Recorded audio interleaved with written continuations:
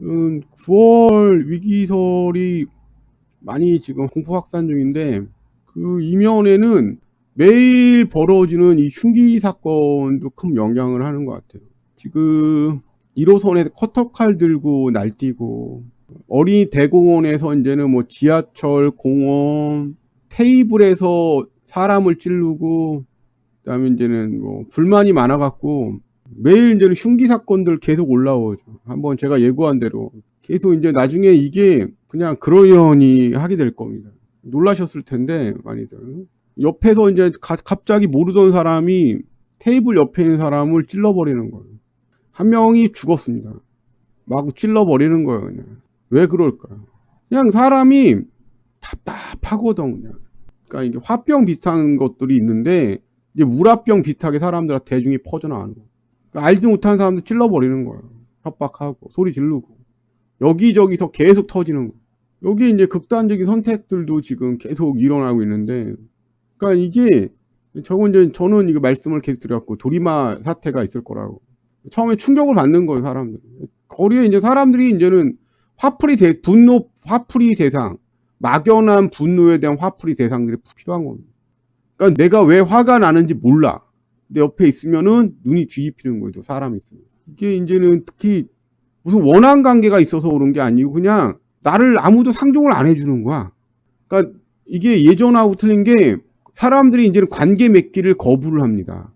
아니 누가 대화가 되고 친척이 되고 뭘 해야지 이 새끼 자꾸 인과관계가 있다, 내가 아는 놈이다 막 이럴 텐데 사람들이 상종을 안 해주는 거예요. 무슨 인연이 돼야 무슨 뭐가 돼야지 대화도 하고 아니면 내가 이 새끼 나쁜 놈이다 뭐 할 텐데 요즘에 사기꾼들도 힘들어요. 전화 안 받아 사람들이. 그러다 보니까 이게 계속 쌓이는 거예요. 근데 내가 왜 화가 나는지 나도 몰라. 화가 나는 이유는 간단하죠.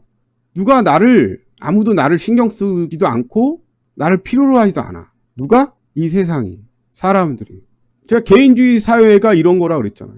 그 유럽 유학파, 뭐 미국 유학파들 와 개인주의가 어떻고 지랄이고. 나는 내가 싸고 즐기는 거 나의 개인주의야. 내가 왜 화나는지 몰라. 갑자기 확 올라오는 거지. 예전에 부모한테 이제는 이게 이제 문제가 되는 게 무슨 사건이 이게 벌어지냐 그러면 참 무서운 게 뭐냐 같으면 이게 이제 분노가 이제는 가족들한테 이제는 분포를 부모한테 80 먹은 노부모 막 이런 사람들 막 죽여요.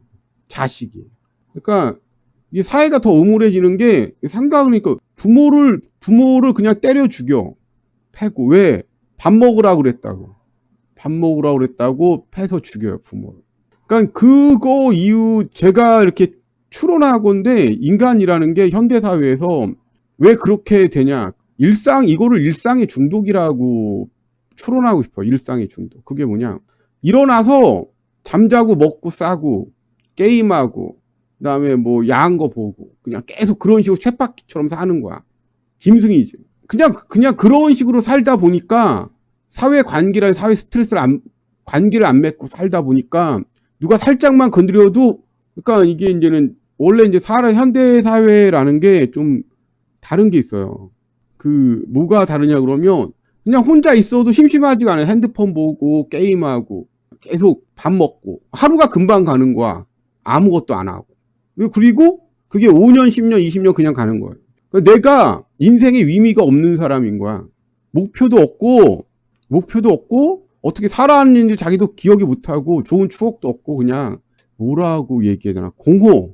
사람들 사이에 흐르는 공기가 제가 그때 옛날 공부하고 그럴 때 느낀 감정은 무슨 감정이 흐르냐 그러면 공허감으로 차 있는 세계예요. 수많은 사람이 페이스북에 수많은 인연이 있는데 정작 대화할 사람이 없고 그리고 본인도 어떤 계획적으로 사는 게 목표가 있거나 계획적으로 사는 게 아니거든요. 잠자고 일어나 밥 먹고 목적을 잃은 삶에 제일 무서운 건 뭐냐 같으면 삶이 뭐가 지배되냐 같으면은 공허가 지배합니다. 공허. 돈도 있어. 아침 되면은 잠잘 저기도 있어. 그리고 밤 되면 눈 떠갖고 밤을 보내야 돼. 시간 때우고. 공연도 하고 그러는데 다 그냥 한 10년 하다 보니까 스타크래프트도 처음에 막 흥분할 게 없는 거야. 그리고 나름대로 열심히 사는 애들은 또 재테크의 함정에 빠져갖고 저러고 살고. 사람들 사이에 뭐가 지배하냐? 패배감, 공허감 이런 게 지배하는데 어떤 느낌이 어떤 식으로 삶을 살면서 이게 사람이 이렇게 미쳐가냐 그러면 이렇게 추론하는 건데 내가 오늘 무슨 결심을 했어요. 아침부터 열심히 살겠다고. 근데 PC방 가갖고 그냥 시간을 흘려보낸 거야. 매일 결심을 하는데 단 하루도 책장 하나 못 넘기는 거야. 그렇게 10년이 흘러가. 그렇게 20년이 흘러가는 거야. 다시 말씀드릴게요.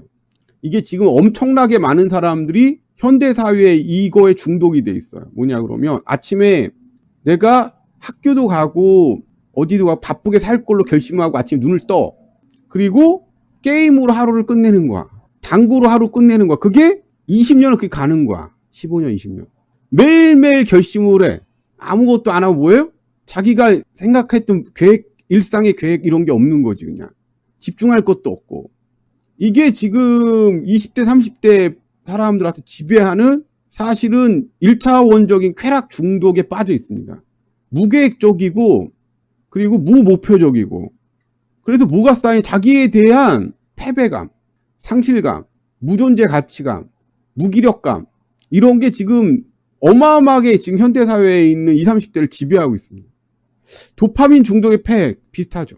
그러니까 매일 좀 재밌는 거 있으면 내가 오늘 저기 은행도 가야 되는데 그리고 그냥 1년, 2년 그냥 가는 거야. 연애도 안 하고 뭐 어디 뭐 등산도 안 하고 밥 먹고 직장도 안 다니고 20년, 그러니까 20년, 30년 그런 식으로 자기 남하고 대화 없이 그냥 그렇게 가는 거예요. 하루가 너무 짧아. 아무것도 안 하는데. 그리고 눈에 보이고 다 무기력한데 잔소리하는 사람이 눈에 보여요. 그게 누구지? 부모.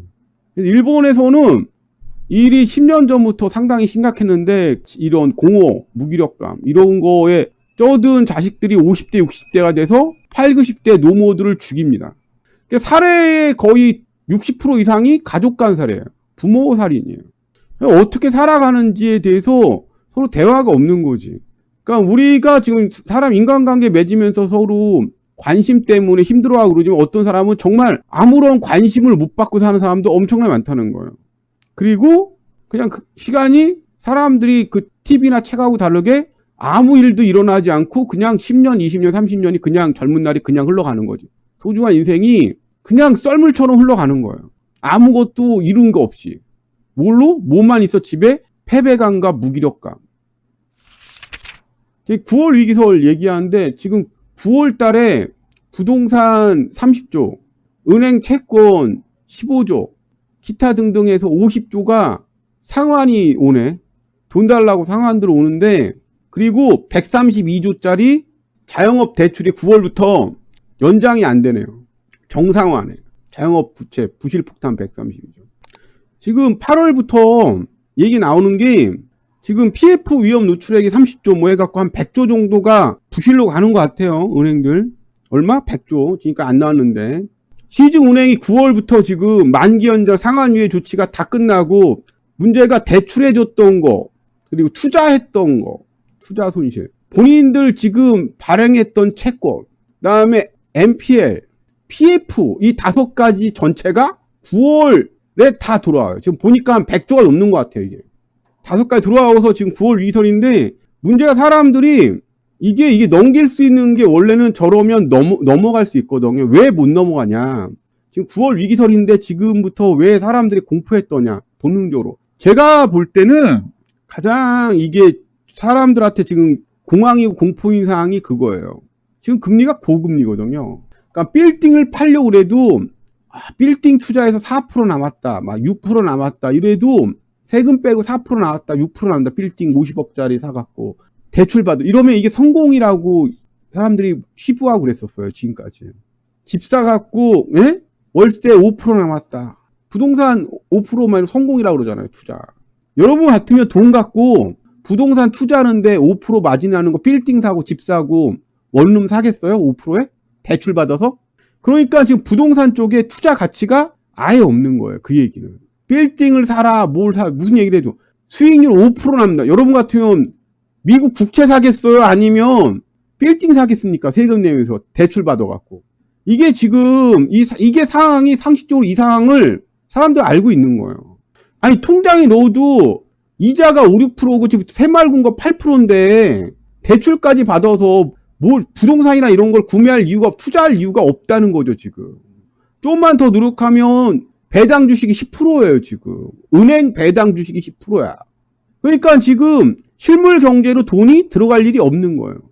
그러니까 무슨 부동산이고 내수기업이고 돈 자금을 투자 받을 수가 없는 겁니다.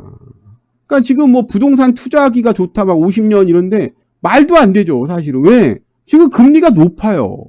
실물에 투자할 이유가 아무런 메리트가 없는 겁니다. 우리나라 국채 4%, 그러니까 국채 사지. 골치 아프게 떨어질 줄 모르는 거를 누가 뭐 빌라라든지 상업, 누가 분양을 받습니까? 대출까지 받아서 위험성을 감수하고. 그러니까 이게 지금 본격적으로 이 고금리 사태가 시작됐다는 겁니다. 제가 볼 때 9월이라는 게. 여러분 돈 있으면 부동산 지금 하시는데 부동산 사시겠어요? 안 산다고.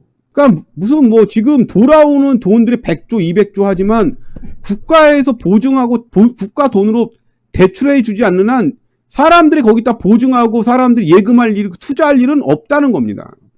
9월부터 그게 이 위기의 실체예요. 그러니까 뭐가 어떻게 이런 게 아니고 제가 다녀본 결과 아니 10억이 있어. 50억짜리 빌딩 하나 사시면 수익률이 5%나 됩니다. 상가 뭐 사면은 뭐 수익률이 6%나 됩니다. 아니 뭐 골치 아프게 매입해 세금까지 내면서 대출까지 받고 그 짓을 누가 해요. 아니 새마을금고가 8% 주는데. 그래서 부동산이나 다른 실물자산 투자 가치가 없는 거예요, 지금. 왜? 금리가 고금리니까. 이게 바로 경기 침체라는 겁니다. 그러니까 이게 투자 가치가 없으니까 무슨 가치가 없는 거예요, 지금? 담보 가치가 없는 겁니다.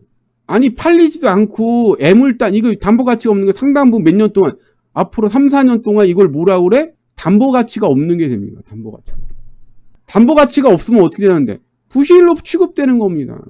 그러니까 서로 팔려고 그러면 팔고 다들 예금이나 채권이나 아니면 배당 주식에 묻어두려고 하고 이러지 누가 부동산을 쥐고 있으려고 그러겠어요.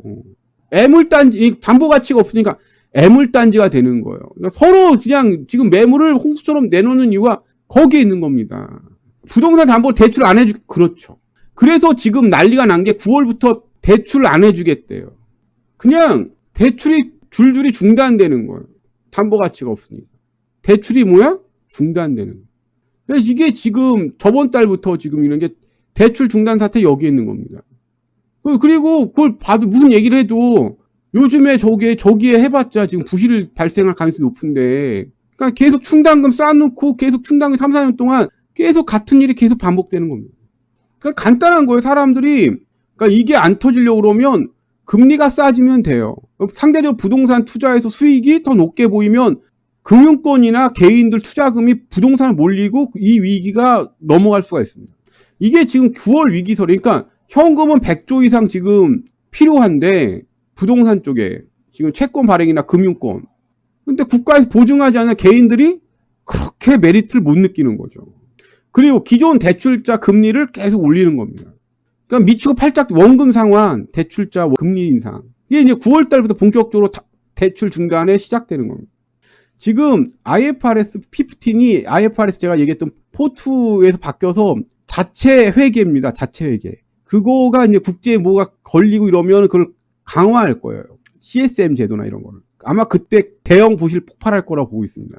그러니까 이게 킥스라고 만들었는데 얼마나 무슨 뇌물을 뿌렸는지 금강원에 무슨 지랄을 했는지 회계를 자체적으로 손실 처리를 할 수가 있어요.